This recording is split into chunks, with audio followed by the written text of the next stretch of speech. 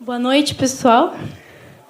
É um enorme prazer estar aqui hoje, que tá na minha casa, né? De novo, depois de algum tempo. Meu nome é Ruth, então, Anacim Farroupilha, sou daqui da Aliança, para quem não conhece. Então, estou morando agora para esses lados de cá, da Serra Gaúcha, novamente. Estou sendo professora em Carlos Barbosa. Então, eles pediram para eu não falar tanto quanto um professor gostaria de falar, mas eu descobri que o professor gosta de falar muito, então eu entendo por que Deus me fez assim estranha, que gosta de falar e de explicar as coisas. E o que eu mais amo explicar e falar e ficar discorrendo sobre a palavra de Deus. É um grande privilégio. Eu estava tentando escolher entre as partes da Bíblia que eu ia compartilhar. Não posso compartilhar tudo o que eu gostaria, mas a ideia é que hoje eu compartilhe com vocês um pouco do meu testemunho sobre o meu último ano. Eu voltei agora em junho da África do Sul. Estive lá por um ano. E mais ou menos eu vou trazer assim algumas coisas que Jesus falou muito ao meu coração. Ele falou muitas coisas, tá? Não tem como explicar tudo. Não dá tempo. Mas a ideia é compartilhar o que ele falou para mim, porque nada do que Deus nos dá é apenas para nós, certo? Ele abençoa, isso já começa em Abraão, bem claro, Gênesis 12, quem quer entender o que é a bênção de Deus, Gênesis 12, Deus diz para Abraão, eu vou te abençoar e você vai ser bênção para as nações. Então, nós agora somos abençoados com a salvação e com as músicas que a gente cantou, a gente vai abençoar os outros. E isso a gente faz querendo e deveríamos fazer sem querer também, porque dentro de nós flui um rio de água viva. E é inevitável que as pessoas se perguntem por que a gente tem essa vida diferente, não é? E como a gente ama Jesus, a gente quer fazer isso de propósito. Então, o que eu fui fazer na África do Sul? Primeiro, vamos começar por aí bem rapidinho. Eu fui para lá numa escola de treinamento e discipulado, que no Brasil também tem, mas eu fui para lá porque era com uma vibe mais internacional e era o que eu queria entender Deus de uma forma mais... Sim, dizem que Deus está em todo lugar, será? Ouvi muitos missionários indo para a África, certo? É o que a gente mais conhece. Então, e na verdade eu vou falar para vocês, eu nunca pensei em ir para a África, tá? Foi coisa de Deus, então bota a culpa nele. Aleluia. Então, como eu fui para lá? Eu fui, então, nessa escola de treinamento e discipulado, numa organização missionária que se chama, no Brasil, Jocum, Jovens com uma Missão. No exterior tem outros nomes, dependendo da tradução dessa Jovens com uma Missão. Ano passado, então, eu fui em junho, fiquei lá por 6 meses estudando, como estudante. Então, a gente tinha aulas toda semana sobre a Bíblia, sobre o nosso relacionamento com o Pai, o nosso relacionamento uns com os outros. E depois, mais algumas semanas de viagens missionárias, não é? Então, eu pude ir para Quênia, né, lá no norte da África, assim, né, perto do Egito ali, né? E também pude ir para um país desse tamanho, chamado Suazilândia. E também viajei tudo na África do Sul. Então, isso assim, gente, eu vou dizer assim para vocês, não tem nada a ver comigo. Porque a salvação também não foi porque eu mereci, certo? Não foi porque eu decidi nascer em algum lugar, ou vizinho de alguém que um dia falou de Jesus para mim. Foi Jesus que veio até nós, certo? E isso, para mim, é essa a mensagem de hoje. A pergunta é, qual é o convite que Deus tem para ti? Ou, o que Ele tem te convidado a fazer? Porque nós estamos aqui na igreja porque cremos, certo? Cremos que a palavra é verdade. A gente foi convidado a acreditar. E eu, desde o berço, fui convidada a acreditar na palavra de Deus. E eu criei. Porque era divertido, porque tinha até Noé e os animais e tal. Então era bonitinho, né? E eu criei. E eu briguei algumas vezes com Deus e tal e coisa, mas eu criei. E a fé, ela é uma coisa sempre que a gente vai amadurecendo, certo? Não importa se a gente conhece Jesus desde 6 anos ou se a gente conhece Jesus com 60 anos, a gente vai estar sempre em maturidade, em crescimento de fé, certo? Um amadurecimento. E no amadurecimento a gente vai conhecendo mais de quem Deus é. A gente vai entrando em lugares mais profundos de quem Deus é e de quem nós somos. E Ele vai trabalhando, né, aos pouquinhos. No meu processo, então, de conhecer quem Deus é, algumas vezes eu duvidei de algumas partes da Bíblia, certo? principalmente quando se refere à bondade de Deus. Mesmo tendo eu experimentado muito da bondade dele. A gente pensa assim, tipo, tá, Deus já deu muita bondade, não precisa mais. É como tu tá de aniversário e alguém te dá um presente, aí tu fica feliz que tem esse presente, porque eu sempre quis esse presente, a pessoa deu exatamente aquilo que eu queria. Aí a pessoa diz, espera, tem mais um. Mas não precisa, nem o primeiro precisava. Essa é a graça de Deus para nós. Ele nos dá a salvação, certo? Que nem precisava, é graça imerecida, e depois ele dá uma vida abundante. Uma vida de paz, amor, alegria, comunidade, cura, abundância de pessoas, abundância de material também. E a gente tem que crer nisso, certo? Então, a gente pode abrir a palavra de Deus no Salmo 139, que aqui fala sobre aquilo que a gente crê.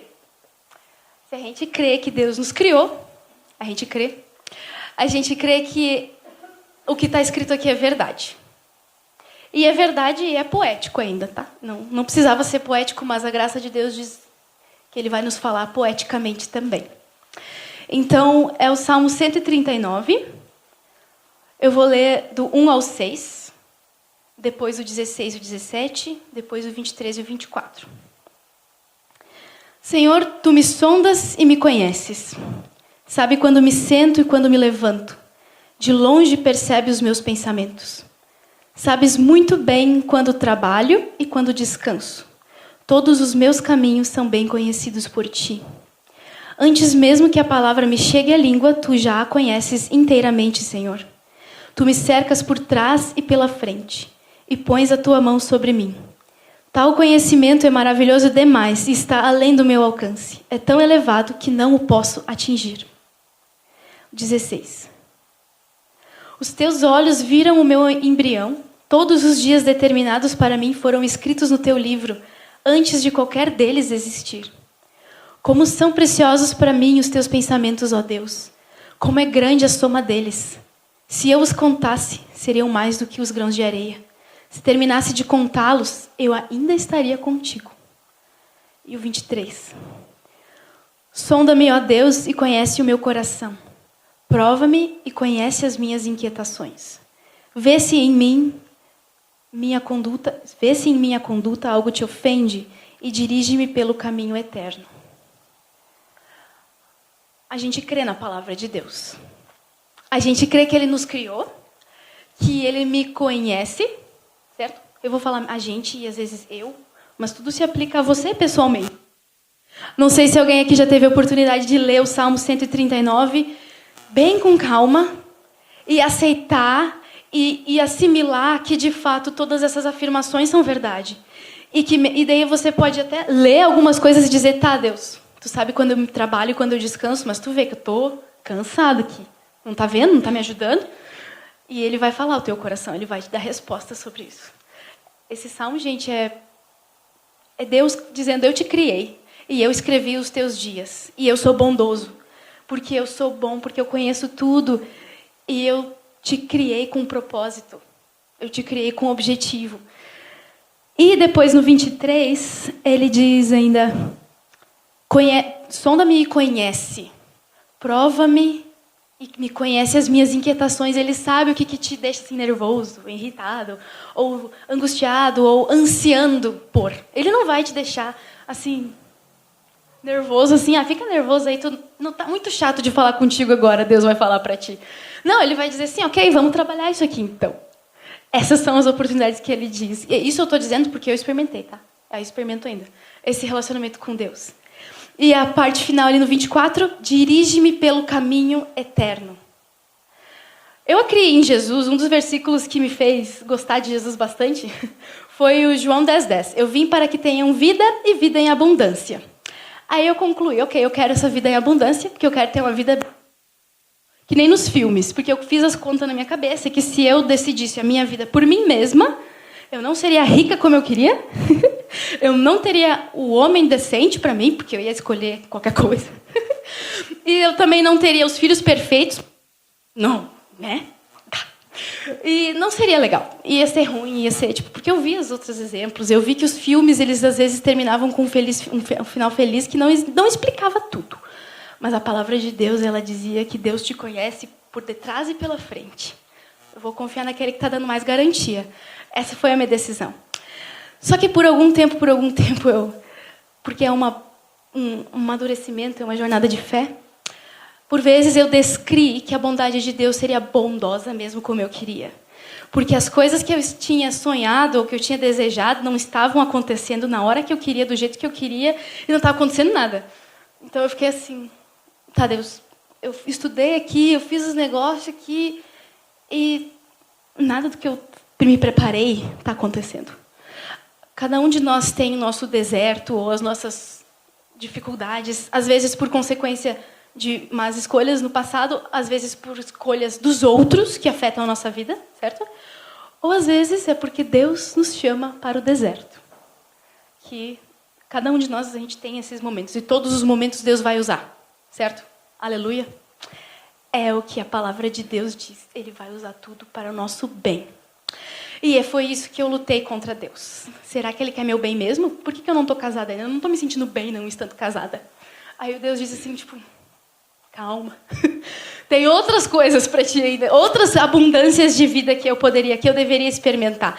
E isso eu fui perceber quando eu estava no meio da África, num monte de gente assim, que não era ninguém falando a minha língua, 3 pessoas da minha cor, e eu assim, tipo, pregando o evangelho numa igreja. Foi no Quênia isso. E eu fiquei assim, tipo, então era isso que ele estava querendo dizer, Deus? A abundância, o satisfazer os meus desejos do coração é fazer aquilo que eu nem imaginava ou que eu nem tinha pensado que eu ia gostar. Ou alguma coisa assim. Eu nem sabia de mim mesma.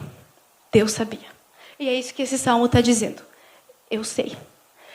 E isso foi um processo, não é? Longo. Em 2019, acho que foi 2019, por ali, eu recebi um versículo que falou muito ao coração, que é Efésios 3:20, que a gente pode abrir lá.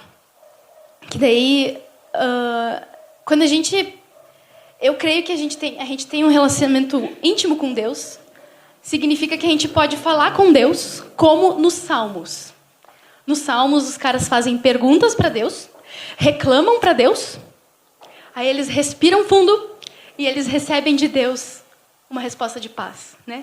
É Davi reclamando que os maus, vai tudo bem com os maus, não sei o quê. O Davi fala. E daí ele, no final do Salmo, o Davi fala, mas quando eu entrei na tua presença, eu entendi. Não é? Então a gente pode chegar na presença de Deus reclamando, questionando, e Ele vai nos responder com a palavra de Deus. Certo? Então, Efésios 3, versículo 20. Eu queria a vida abundante com Deus, certo? Então ele disse para mim, há aquele que é capaz de fazer infinitamente mais do que tudo o que pedimos ou pensamos, de acordo com o seu poder que atua em nós. Agora vamos ler o 14. Por essa razão, ajoelho-me diante do Pai. Foi esse enigma que eu recebi. Então, aquele. As coisas infinitamente boas que nós, como seres humanos, ansiamos, elas só existem, elas só vão funcionar porque a gente está nele, primeiro. Aquele está com crase aqui, então significa que por meio dele as coisas vão ser infinitamente boas, não por meio dos meus desejos. Eu não sei como é que os meus desejos, o que os meus desejos vão me levar. Mas segundo a minha experiência de ver o que acontece no mundo, desejos das pessoas levam as pessoas para a cadeia, certo? Na Bíblia, nenhum desejo que Deus coloca no nosso coração vai nos trazer para a destruição. Nunca. Porque Deus é um Deus de amor. Então, aqui nesse versículo de Efésios, ele está dizendo que infinitamente mais do que eu peço ou que eu imagino, é por meio dele. Não por meio da minha força de vontade, determinação, como o mundo e o brasileiro. O brasileiro não desiste nunca. Oxi, mas assim, desistir do quê? Não vai lutar pelo quê? Por ti? A Bíblia é muito clara dizendo eu não sou o suficiente. E eu não sou suficiente porque eu quero eu quero ter um casamento decente. Será que eu, com a minha capacidade assim toda, consigo encontrar a pessoa certa? Eu não acredito em mim, eu não me garanto. Por isso que eu estou solteira ainda, gente. Vou morar aí, tá, igreja? Então, porque é Deus que tem que fazer isso. Será que eu consigo encontrar, tipo, o bairro perfeito para morar, onde vai dar as coisas certas e onde Deus vai agir? Gente, até ir morar no lugar certo é Deus que nos guia. Por que às vezes não dá certo uns negócios que a gente quer fazer? Porque talvez não é vontade de Deus, né? É tipo, Deus tem o que é infinitamente superior, porque nós não conseguimos pensar nisso. Gente, o meu testemunho é por que eu estou dizendo que é tão infinitamente superior, porque eu fui parar na África. Tipo assim, não era dos meus planos. Não era meu desejo ser tão doida assim, né? Não, mas Deus disse, eu te conheço. Eu estava lá na África, assim, viajando de um lugar para o outro para ir pregar. Que nem nessa fotinha daquela música Viajando pelas Aldeias. Não sei se é Rio Grande do Sul, se é Brasil, mas é bem parecido com o Brasil, aquela foto, né? Gente, eu fui em lugares exatamente como esse, só que na África. Então, é bem parecido, né? Deus está lá também, a descrença está lá também, e tem trabalho lá também. E Deus fala aos nossos corações, estando eu lá, estando eu aqui. Estando você aqui, morando em Farroupilha, ou morando em outro lugar que talvez o teu chefe quer que tu vá morar, né? Não sei. Então, é infinitamente superior. A vida em abundância é infinitamente superior. Inclusive, é infinitamente superior àquilo que Jesus fala depois, que a gente tem que amar o nosso inimigo. E isso é infinitamente superior ao meu desejo, certo? Meu desejo é nada de amor para ninguém que eu não queira amar. E o Jesus diz, mas você é capaz porque eu te capacito. Certo? Isso é muito lindo, gente. Então, e aqui no 20 ele fala no final, isso acontece de acordo com o seu poder que atua em nós. É o poder dele que faz isso ser capaz, ser possível. A vida em abundância não vai ser possível com a minha força. A vida Disney, a vida que o mundo faz na propaganda, não é possível. A vida possível, a vida de alegria é com Deus, não tem outra. Mesmo nas tribulações. E a gente vai ver que cristão falando sobre depressão, cristão falando sobre tribulação, cristão falando sobre perseguição, fome, pobreza, a gente sempre, escreve um livro mais bonito, porque a gente tem Deus que consola e que entende no profundo do que significa uma tristeza. Porque Jesus passou pela mais profunda das tristezas, certo? Na cruz. Então, a gente tem esse Deus maravilhoso. E essa foi a palavra que eu recebi de Deus. Você quer aquilo que é superior? Então, no 14, Efésios 3,14, se coloca de joelhos. Se humilha perante o Pai. Se entrega perante o Pai. Porque daí a gente vai estar entregando o nosso querer, a nossa força, a nossa determinação brasileira nas mãos de Deus e dizendo, Deus, essa é a minha determinação em fazer do jeito que eu quero. Mas a palavra de Deus convida a gente a nos entregar. A palavra de Deus, ela diz que eu tenho para ti as respostas, eu tenho para ti a abundância, eu tenho para ti aquilo que tu procura. Por quê? Porque eu te conheço. Te conheço desde o ventre da tua mãe. Te conheço antes de teu pai e tua mãe saberem que tu ia vir, né? Isso é bem fofinho de pensar. Então, eu fui para a África esperando que Deus ia me rachar no meio, assim, que ele ia bater assim, agora vai querer ser missionário, então vamos sofrer. Porque a gente imagina isso, certo? A gente imagina que às vezes, se a gente quer uma vida com Deus assim, séria, de verdade, a gente vai ter que ir para o Tibete, lá no Tibete, né? Andar 14 dias nas montanhas geladas, até chegar na última aldeiazinha lá para pregar o evangelho. Mas, às vezes, o que ele quer é só te fazer entender que ele é teu pai, de verdade. Curar isso que tem no teu coração, sabe? Foi isso que ele me fez. Eu não fui para a África para pregar o evangelho, fazer um monte de diferença lá e fazer assim, nossa, se a Ruth não tivesse vindo aqui, não sei o quê. Algumas coisas foi bem legais, eu fiz e tal, pude, né, abençoar muitas pessoas e tal. Mas não tem missão em lugar nenhum, nem na tua casa, isso a gente sabe muito bem, né? Não tem nem missão na tua casa, educando teus filhos e falando de Jesus para teus pais, se tu não te trata primeiro, não é? Se tu não conhece esse Deus pessoalmente. Então, a primeira obra que Deus quer fazer nas nossas vidas todinhas é fazer com que a gente conheça Ele. E isso Jesus fala em João 17:3, que é a oração de Jesus por nós, certo? Antes da cruz, ele ora por nós. E Jesus está orando e ele fala, ele ora em favor de nós, pedindo para que a gente possa conhecer o Pai. A vida eterna é essa: conhecer o Pai e aquele que o Pai enviou. A vida eterna é conhecer Deus. E daí, quando eu fui meditando nesse versículo e tal, e daí a conclusão é a gente já está vivendo a vida eterna agora, se a gente está conhecendo o Pai agora. A vida em abundância é deixar ser conhecido por Deus, deixar se entregar para Deus. A gente cantou as musiquinhas ali dizendo, me consagro a Ti, né? Me rendo a Ti. Outras músicas dizem, eis-me aqui, envia-me. Né? Os missionários da Bíblia, que digamos os profetas, eles dizem, eis-me aqui, Senhor, envia-me. Convidado a deixar ser conhecido. A gente é convidado a deixar Jesus entrar. A gente está aqui na igreja porque alguém te convidou, né? Em Apocalipse, Jesus diz, eis que estou à porta e bato. Se alguém ouvir a minha voz, eu entrarei e com ele cearei. A nossa vida com Deus, ela começa porque a gente disse sim. Entra na minha casa, então. Vamos compartilhar vida e intimidade. Porque a gente disse sim para Jesus, para Ele entrar no nosso coração, em tudo.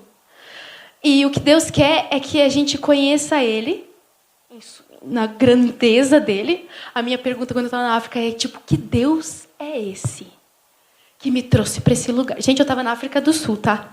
É bem frio, igual aqui, né? Mas é lindo demais. É uma natureza, assim, um deserto, mais ou menos, né? Que Deus é esse que fez esse mundo tão lindo, tão grande? Que Deus é esse que me deixa ver até leão na minha frente, assim? Foi Deus. Eu vi leões, vi elefantes e vi muitos milagres de Deus trabalhando na minha vida. Que Deus é esse que me chama para a bondade. Deus é esse que tem oportunidade para todo mundo, mesmo para esse trapéu aqui, que está só incomodando. No caso, os meus alunos desse ano, tá? Nesse ano eu fui obreira nessa escola de discipulado. Então, eu estava discipulando pessoas. E daí que Deus é esse que perdoa todos esses pecados. Que Deus é esse? Que Deus é esse que você tem? Porque a gente coloca Deus numa caixinha, às vezes. Foi isso que eu fiz por muito tempo. Eu disse para Deus, não, Deus, tu não vai me levar para a África, é muito caro, é muito desnecessário, nada a ver. Aí eu disse assim, daí Deus disse assim, quem? Que Deus é esse que tu está dizendo que não vai te levar para a África? Não é eu de verdade. Ele disse assim, tá aqui na África agora. Então, que Deus é esse que tu tem confiado no dia a dia? É um Deus que talvez não pode resolver a educação dos teus filhos? Ou é um Deus que não pode resolver o quanto que tu odeia teu chefe? Deus, isso tu não vai conseguir mudar em mim. Esse rancor vai ficar aqui, ó. Será? Você consegue citar os exemplos na sua cabeça, né? Que Deus é esse que eu creio. Será que Ele não é capaz de fazer aquilo que eu estou descrendo? E outra também. Se a gente para e ouve e lê a palavra, a gente vai ouvir convites de Deus, certo? A gente lê o devocional de manhã, vai ter sempre uma promessa de Deus ali, né? Ele está te convidando para alguma coisa. Ele está te convidando para crer em alguma palavra. Nem que seja... rios de água viva fluirão daqueles, né, que estiverem com o Espírito Santo dentro de si. Daí ele está te convidando para acreditar que dentro de ti tem rios de água viva se o Espírito Santo está habitando. Às vezes, isso parece meio louco, assim, meio grande, né? Mas ele te convida. Ele te convida para acreditar nele. E ele nos convida de acordo com a nossa capacidade de compreensão também. Ele não vai convidar eu a entender todo o Apocalipse agora. Muita informação. Não precisa entender o Apocalipse agora. Mas ele te convida a experimentar ele. A experimentar ele no dia a dia. A dizer, ok, Deus, essa aqui é a promessa. Eu quero ver essa promessa existindo. Tem um versículo que a gente pode abrir, que é o Salmo 34. Que esse salmo foi, talvez, um dos resumos do meu tempo com Deus na África. E ainda vai ser, porque depois Jesus faz o mesmo convite. Deixa eu ver. 34? Salmo 34, 8. Provem e vejam como o Senhor é bom. Como é feliz o homem que nele se refugia. Então, provem e vejam como ele é bom. Se tu leu o teu devocional e ele está te dizendo alguma promessa ou alguma coisa que Deus vai te ajudar a fazer, a realizar, a perdoar, a aceitar, né? Ser trabalhado aqui no teu coração, pede para Deus, Deus, eu não creio. Me ajuda a crer. Isso é provar Deus. É dizer, então me ajuda aqui. Tu disse que tu ia ajudar? Me ajuda. Prova. E você vai ver que ele é bom. Depois, Jesus, ele diz a mesma coisa para os discípulos. Ele chama os discípulos, venham e vejam o que eu estou fazendo. Os discípulos que estavam seguindo João Batista, eles perguntam, acho que é isso. Eles perguntam para Jesus, onde é que tu está dormindo, mestre? Aí o Jesus disse, venham ver. E eles foram, e eles se tornaram um dos 12. Então, é esse o convite que Jesus está dizendo para você. Venha ver o que eu tenho para ti. É um convite. É por isso que a nossa fé é a fé de liberdade, que ele convida todos nós. E eu estou sendo convidada por Deus, cada dia, a continuar experimentando da bondade dele e do que ele tem para cada dia, porque ele tem surpresas para cada dia. A gente só precisa dizer, Deus, estou ligada, estou consciente, me deixa ver, me deixa provar da tua bondade. Certo? Essa é uma oração bem pessoal e dependendo das circunstâncias em que você está inserido agora, essa conversa com Deus vai ser bem ampla, vai ir para lugares bem específicos que você está experimentando, né? Mas como a gente leu no versículo, no Salmo 139, a gente crê, ele te conhece. E ele quer que tu procure ele também. Certo? Meu desafio, então, venham ver o que Deus tem para você. Ele tem. Você está aqui porque ele tem. Você está aqui porque você já disse um sim. É só crer. Certo? Tem muita coisa reservada, gente. Meu Deus, muita coisa. E eu creio que a gente vai ver a bondade do Senhor ainda nessa vida. Amém? Eu vou orar, então, para abençoar nós tudo, que a gente vai voltar para casa, né? Deus, a gente te louva, Senhor, imensamente, porque Tu nos conhece e Tu sabe, Senhor, o nosso caminho, Tu sabe os nossos trabalhos, os nossos descansos dessa semana, os nossos contatos e as nossas sedes também. Eu te louvo, Senhor, porque Tu conhece cada um bem profundamente, Senhor, bem intimamente. E eu te louvo porque eu sei que Tu quer conhecer cada um bem. E eu te louvo, Senhor, porque Tu queres que eles te conheçam também, que todos nós te conheçamos, ó Deus. E eu te louvo por essa oportunidade de vida dessa semana que vai começar. Te pedimos, Senhor, que com o Teu Espírito esteja incomodando cada coração aqui, Senhor, para Te buscar e para ousar dizer sim. A gente crê na Tua palavra, Senhor, a gente crê que Tu tem bondade sobre bondade, graça sobre graça, Senhor, para derramar sobre cada um de nós. E por causa da Tua palavra, Senhor, a gente te pede, Deus, vem e prova, Senhor, que Tu é bom para nós. A gente quer experimentar, Jesus, e a gente quer experimentar essa bondade, essa bênção, de forma que a gente possa derramar essa bênção sobre as nações, sobre as pessoas que nos cercam. E eu te louvo, Senhor, porque é a Tua palavra e a gente só depende de Ti. Nos ensina, Senhor, o que precisamos aprender e nos dê a paz. Em Teu nome, Jesus, amém. Aleluia.